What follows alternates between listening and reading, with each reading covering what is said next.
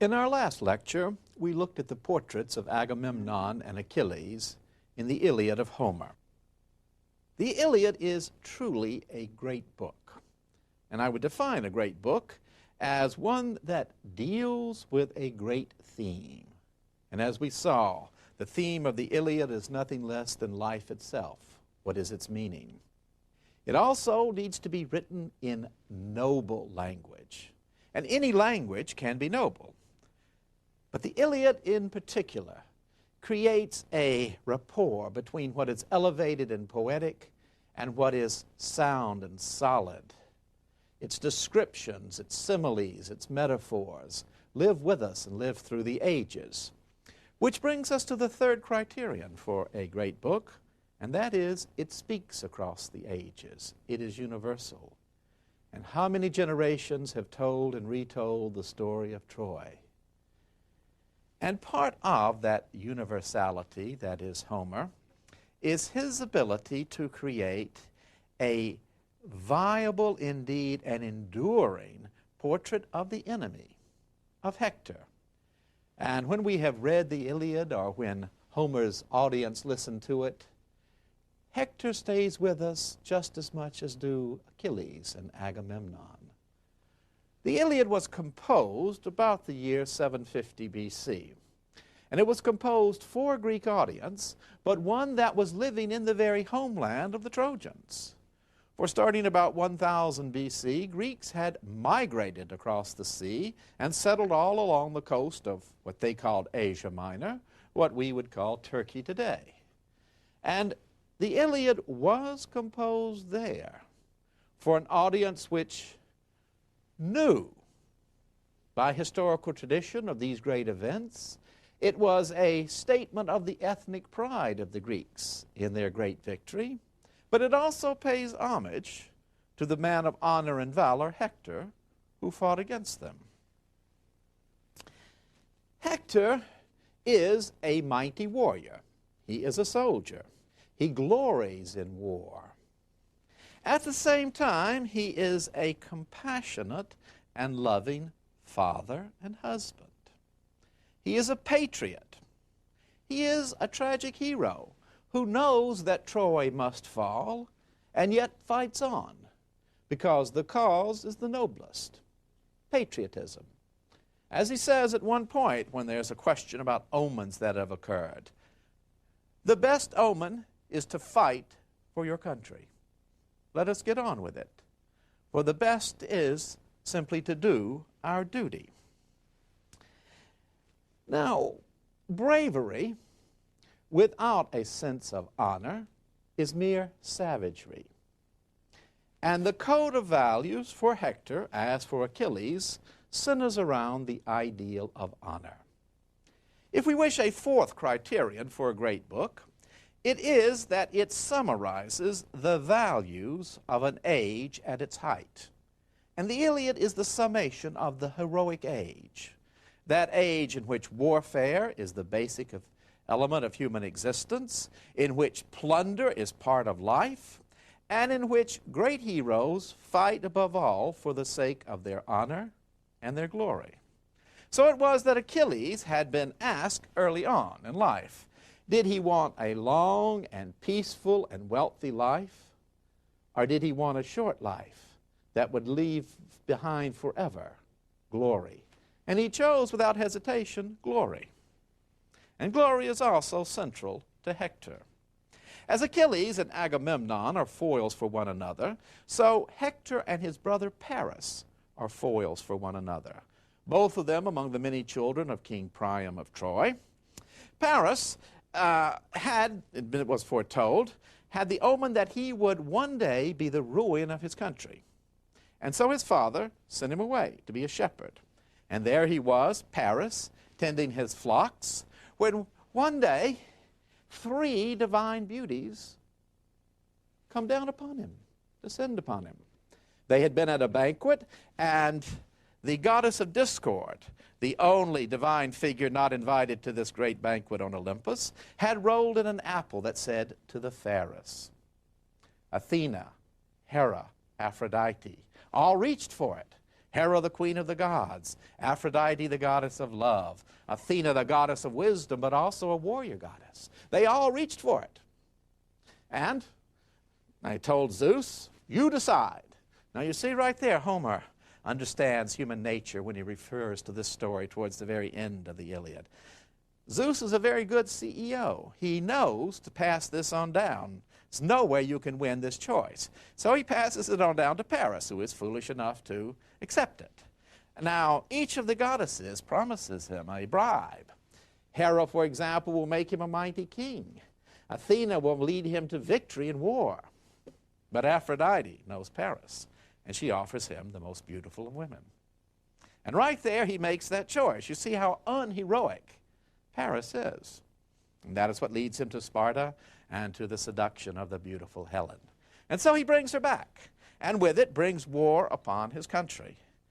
And thus it is that Hector is forced to fight this war brought about by this ignoble deed. And yet once the war is joined, honor forces Hector and the Trojans to continue. At any point, they could make a negotiated peace. And in fact, this is offered to them fairly early in the Iliad. Let us make a negotiated peace. Or let there be a duel between Menelaus, who has been wronged, and Paris, who has wronged him. That is taken up by the Trojans, but Paris slips away by divine aid and goes back home. So he acts again dishonorably. But even though they have been dishonored twice by Paris, the Trojans will not give in. And at the heart of their resistance is Hector. Honor is his moral compass, and his courage in battle makes his men devoted to him. And yet, there is also in Homer a strong romantic strain. And one of the most moving passages in the Iliad is when the old men of Troy are gathered up on the wall, and they're looking out over the mighty heroes of the Greeks. And Helen comes among them, and they ask her, point out this hero, point out Ajax or Diomedes, who is that great strong fellow there? And the old men of Troy turn to one another and say, Nemesis. It is no shame. It is no shame to have gone to war for someone as beautiful as Helen. Nemesis. No shame. We see Hector at the very moment of challenging the Greeks. He shouts out, I will fight any one of you, man to man. And at the end, when I have killed you, a great tomb will be erected to you, and men will see it from afar as they sail and say, this man was worthy to have been killed by great Hector. So such is his self-confidence. Or the terrifying scene of Hector ripping apart from its very hinges the gates of the Greek camp. He is a fearsome warrior. Or when he stands facing Patroclus in man-to-man combat and drives his spear deep into Patroclus. And Patroclus says, now, Hector, you have killed me. But I tell you this, you will die not long afterwards. And Hector says, if I die, I die. It matters not. But who knows? It may be that the gods will intercede and Troy will live. Either way, you are dead. And then Homer describes how he wrenches the spear out and kicks the body of Patroclus away and then hurls it towards a chariot driver, striking him in the back. And yet, this same Hector appears in such loving devotion to his family. He goes back into the city of Troy as the battle rages back and forth, realizing that only the help of the gods can save his city and his country. And he goes first into the palace, seeks out his mother, who comes to him and says, let me feed you, let me give you something to drink. And he says, I cannot drink or eat while the battle rages. You must picture him as ancient warfare was, all splattered with the blood and intestines of men that he has killed. I cannot eat or drink, nor can I offer up sacrifices to the gods, polluted with death as I am. But you, mother, and the fair women of Troy, offer up sacrifices. Offer up the finest things that we have in order to win the favor of the gods and goddesses to turn back this terrible tide of war. And now I just want to see my wife. And first, though, I want to find my brother, because where is Paris? He slipped away, he's back here somewhere, and the battle is raging. So he goes first into the bedroom of Paris and Helen, their beautiful apartment. And there is his brother Paris, or Alexander is his other name, sitting there fiddling with a bow and arrow. And he has just been in bed with the beautiful Helen. And he says, daimon, that is the word he uses. It is a word much like, my friend, old fellow, buddy, you are the strangest person I have ever seen. What are you doing sitting here, playing with a bow and arrow, here in the bedroom of your wife, when battle is raging? And Paris says, I know, I shouldn't really mind that you're scolding me. I deserve it. I don't know why I'm this way, but I'm ready to go fight some more. And then Helen says, I wish I had a husband like you, Hector. I have this worthless creature that has caused all of this trouble. And you, Hector, of all the people in Troy, you have never blamed me. You have never said a single harsh word to me, though I have brought all this misery upon you. You fight this war that is just because of me, yet you have always been the soul of courtesy. We think almost of the knight in Chaucer, who is the very soul of chivalry and honor, truth, freedom, and courtesy. The gentleness towards women, ever polite towards them. That is Hector the warrior towards Helen. And then he goes looking for his wife. And his wife, Andromache, is so devoted to him that the very word that he is back in the city of Troy sends her running through the streets, a nurse carrying their little baby. And she can't find him. She runs from tower to tower. And then suddenly she hears he's back at their house and rushes to meet him. And then the scene of Hector embracing his wife. And she says, why won't you stay here? We can fight from the walls. We have this magnificent citadel. Make the Greeks besiege our city and capture it.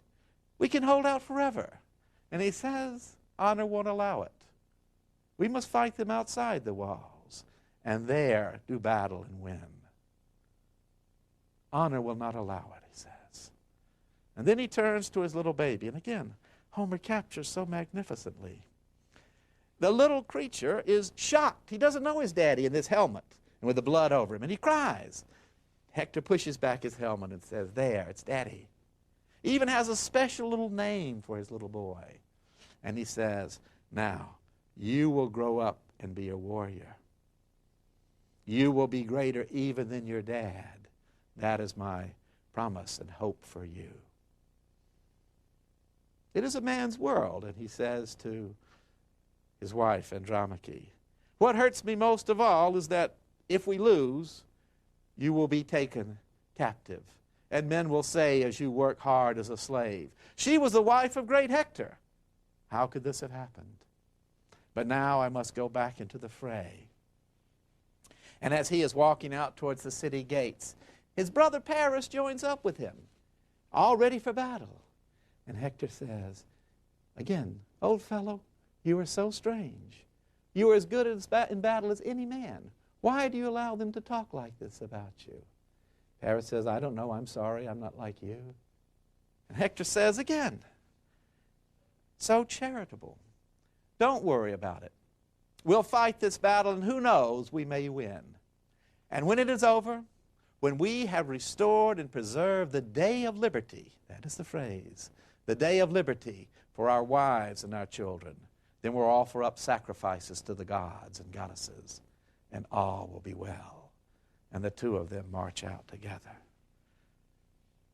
How could you not feel noble toward such a hero, or pride in an Achilles who will ultimately bring him down? And it is in their final confrontation, when Hector and Achilles meet outside the walls of Troy, that Homer again shows us this gift of making the enemy champion human. For as they are facing one another, as Hector is brought to confrontation with the mighty Achilles himself, he turns and runs. 3 times he runs around the walls of Troy. He stops only when the goddess Athena, in disguise as his own brother, stands beside him, and thinking it is his brother, Hector thinks he has an ally to help him fight. And his brother says, I have more spears for us. Then he stands and fights, only to find out as the moment of truth comes that it is Athena, not his brother, and he is deserted, and there is no spear for him. Why does he flee and run? Because even the bravest of men has that moment of doubt. He's not an action hero, a Superman. He's a very real man who has risen to this challenge. And so he ultimately does stand and fight and take his spear through the throat and dies, his armor clattering upon him, his soul flitting away, leaving youth and manhood behind. Hector is for Homer that gallant hero who gives meaning to the victorious side. He knows, and he says, it is clear that Troy must fall. The gods have willed it, and Priam's people will disappear. But he fights on until the very end, doing all he can to keep off this day of slavery. The Romans knew this. Polybius and Livy, in writing the history of the great war with Hannibal, they make Hannibal into a mighty figure who can still, centuries later, terrify Roman children just by his name. And yet Hannibal lacks this human quality of Hector. He is nothing but the ferocious lion of war. And Hector, I think, is much more like Robert E. Lee in our own American Civil War, who would say towards the very end of the war, it is going to end. It will end just the way I knew it would from the beginning. But who fought the war and who followed his course of honor. Now, our Civil War is real. The Battle of Cannae and the war with Hannibal is real.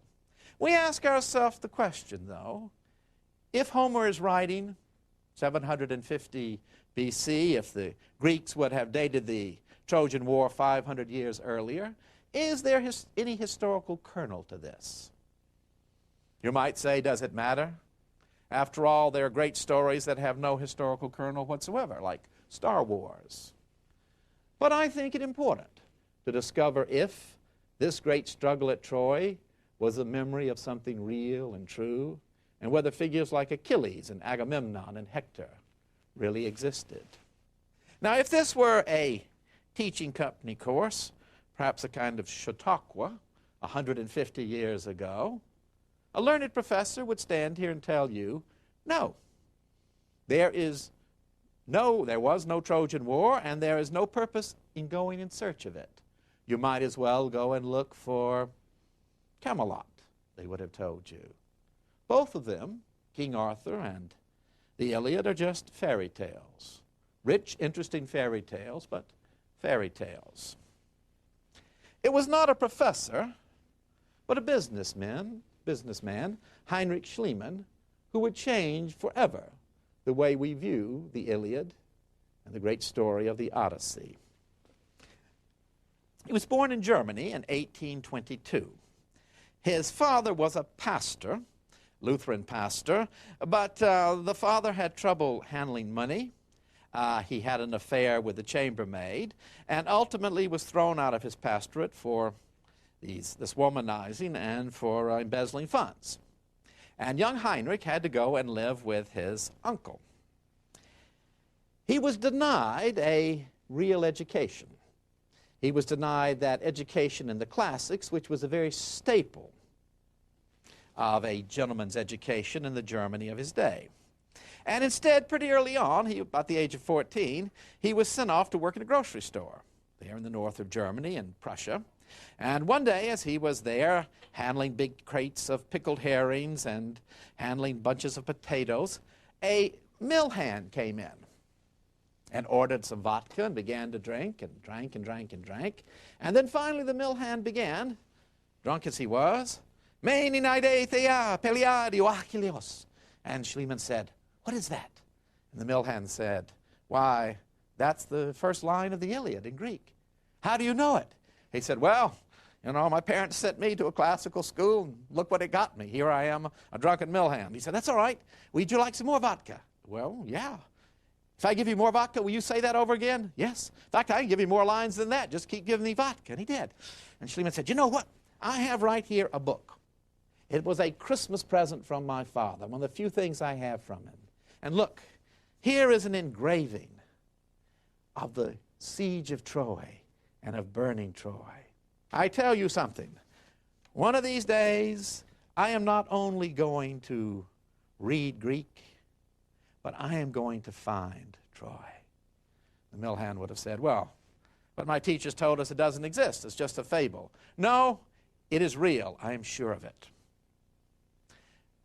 Now, denied a university education, which is so available to so many people today, perseverance would be the school of Heinrich Schliemann. He would get out of the grocery store and decide he was going to go to America. But he was shipwrecked. Barely gotten into the North Sea when he was shipwrecked, washed up on the coast of Holland. Did he give up? No. Went to Amsterdam, got a job as a bookkeeper. It was a firm that did a great deal of business with Russia. And no one in that firm knew the difficult Russian language. Schliemann taught it to himself, one of many languages he would teach himself, and then went off to St. Petersburg. While working for the company that had sent him there, he became a multi-millionaire on his own, investing very, very wisely in all kinds of commodities. The Crimean War was a great gift to him in terms of increasing his fortune. He married a Russian woman. He was, in fact, in America at the time that California became a state of the Union, and thus always claimed American citizenship as a result of that. He had gone out there to see to the remains and estate of his brother, who had died of a fever in California. And then he had made himself rich enough by the late 1860s to stop his business dealings and to follow his dream of searching for Troy. He traveled in the Mediterranean. He took a few courses at the Sorbonne. He had great marital difficulties with his Russian wife and decided to divorce her. And the only way he could divorce her, he decided quickly enough, was to go to the United States. So he came to the United States, found out that Indiana had the easiest divorce laws. Went out to Indiana, got there, found out you still had to be a resident for a year in order to get divorced. And somehow within 2 weeks at the Indianapolis courthouse showed up 5 witnesses to swear that he had lived there for the requisite time. So he got his divorce and then wrote off to a priest in Greece that he knew and said, "I want to marry a Greek woman. She must know ancient Greek fluently." And so he went to Athens and was introduced to the woman who would be the true companion for his life. And his first question to us, as he tells it, was, "Recite some of the Iliad." And she did so beautifully that he realized she was his dream. And so they married, and then he went off seriously to search for Troy. Now, Troy in those days, Turkey, was part of the Ottoman Empire, a corrupt bureaucratic system that the wealth of Schliemann was able to buy sufficiently, to give enough bribes, finally to get permission to dig at a great mound called Hissarlik. Now remember, the best professors of the day say Troy never existed. And those few who would agree that it exists was said absolutely it was not at Hissarlik. But Schliemann believed Homer, like a gospel, and he believed the ancients. And the Greeks and Romans had believed that Hissarlik had been the site of ancient Troy, and there, in fact, had been in classical times a city there called Ilion. And Schliemann began to dig. And by the end of his first season, by 1870, it was clear that he was coming upon a major prehistoric site. Now, his methods are criticized today. It is said that he dug down too rapidly, that he didn't give sufficient attention to stratigraphy, and all of this is true. But there were no professional archaeologists at the time. Archaeology as a science did not exist. What digging had been done were of great barrows, for example, in England, where they just sliced down to whatever grave goods were there. And Schliemann learned as he went along. He hired architects, he hired classical scholars, and he improved his methodology year by year, season by season. And then there was that glorious spring day in 1873 when, as he tells the story, he saw just a glimmer of something in the ground. He told the workmen that it was a holiday he had forgotten about and sent them away, and just with his wife began to dig and uncover. And there they found the gold of Troy. Homer described Troy as rich in gold, and that is what they found. Magnificent pieces of gold necklaces. It was but the beginning of Schliemann's great contribution to knowledge.